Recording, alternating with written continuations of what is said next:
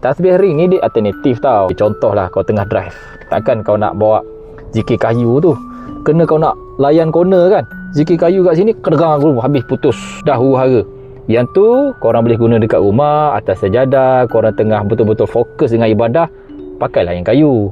Kalau yang ini, contoh kalau korang tengah busy, korang tengah bersukan dekat office, nak curi masa je sekejap, tak sampai 5 minit pun, lepas tu korang boleh pergi makan, korang pergi solat, tekan. Selain daripada zikir, korang boleh guna untuk counter juga. Contoh korang kerja supervisor kira barang stok dekat warehouse kan, dia yang ni membantu juga tau sebenarnya, bukan untuk zikir je. Berapa aku kira tadi, korang dah tekan sini, korang boleh refer balik kat sini. Ini tip aku gunalah, mengingatkan. Contoh kalau korang tak ada benda ni dekat tangan, korang tekan tangan, korang rasa nak buat something, korang scroll TikTok, kau pakai ni. Tak tahu nak buat apa, kau tekan Astaghfirullahalazim, Astaghfirullahalazim, Astaghfirullahalazim. Impactful. Korang takkan nampak benda tu, Tuhan dah hapus dosa kita, tapi macam mana nak cakap serius, yang ni alternatif. Paling-paling tidak pun korang zikir juga. Pada tangan korang kosong, baik korang grab benda ni, murah gila, simple, tak payah beli yang mahal-mahal pun.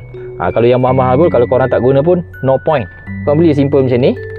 Bila korang nak zikir, korang tekan.